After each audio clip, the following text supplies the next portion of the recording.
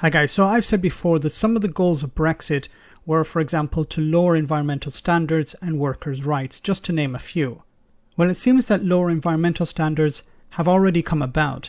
Now, whether this is a direct result of Brexit or by design, I leave it up to you to decide. So, the UK government published on Monday a new guidance regarding water treatment. I'll leave a link in the description of this video for you to read the whole text, but in black and white, the government guidance says that those who are unable to obtain certain chemicals, those ones used to treat water before it's discharged into the environment, can ignore the previous environmental protection rules if the pandemic limits their access to chemicals. Now, this may have been the case last year, but I frankly don't see how it can be the case in September 2021. The vast majority of chemicals used in water treatment in the UK are imported from the EU. Another regards unavoidable supply chain failures, such as a supplier going bust. The other option is Brexit. Of course, they don't use the B word here. They say the UK's new relationship with the EU. So, Brexit. Now, what are they talking about here? As I've said before, most chemicals used for water treatment come from the European Union.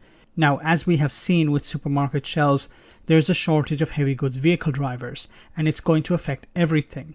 Logistics is the backbone of the economy, but undermining it, you undermine the entire economy. Just a side note, ferric sulfate is used to treat water for drinking. This isn't affected by imports as it's produced in the UK. However, it too isn't arriving at plants in sufficient amounts because of the heavy goods vehicle driver shortage. Now, instead of trying to fix the problem, the Tory solution is to lower standards. It's believed that the move by the government will exacerbate the already poor condition of Britain's rivers. None of the rivers in England, for example, have passed the legal overall water quality standards the last time an assessment was carried out. Remember the disaster at the beginning of the year when exporters of shellfish discovered that they can't sell their fish into the EU now that the UK is a third country. They were barred due to a ban the UK supported on stopping fish from low-quality waters being processed in the EU. The water sector is already in trouble over its pollution of water bodies with raw sewage. This prompted the government to table an amendment to the Environment Bill that would require companies to report in real time on the time, location and duration of spills. The Vice President of the Salmon and Trout Conservation said, and I quote, "The subliminally ugly levels of environmental agency incompetence continue to set new records." He went on to say that this move was breathtaking in its stupidity.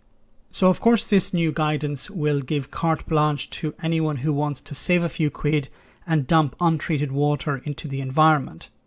They will just say Brexit and point to the guidance.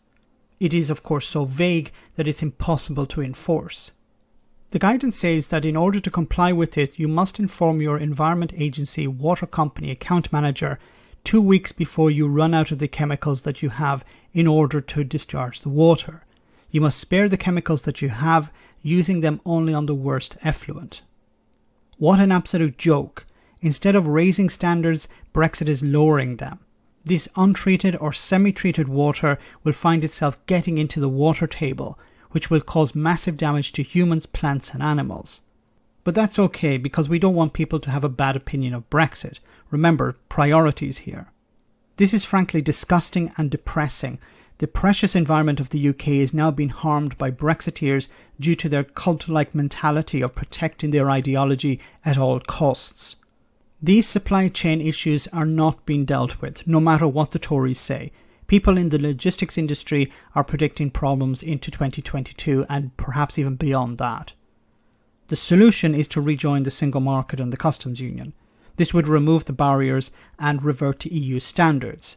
Also, scrapping whatever the heck replaced freedom of movement, as it's not fit for purpose.